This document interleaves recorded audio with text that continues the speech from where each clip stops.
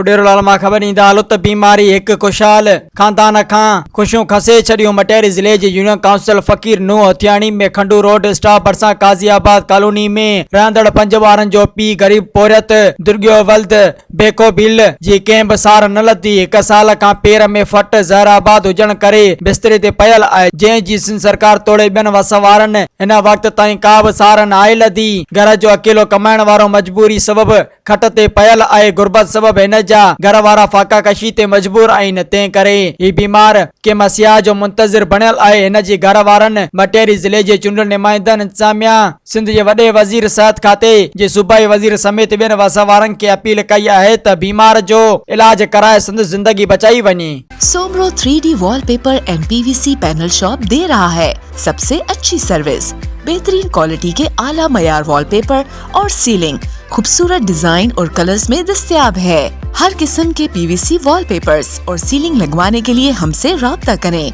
हैदराबाद, कासिमाबाद, लतीफाबाद, जामशोरो, मीरपुर खास और सिंध के मुख्तलिफ शहरों में सर्विस मौजूद है। Soomro 3D wallpaper and PVC panel. राब्ता नंबर रंजन अली सोमरो 0333 370 2516।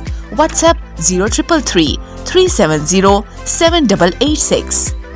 मज़ीद ख़बरनि ऐं तफ़सीलात लाइ विज़िट कयो असांजी वेबसाइट www.awamiNewsHD.com ऐं ॾिसंदा रहो अवामी न्यूज़ HD।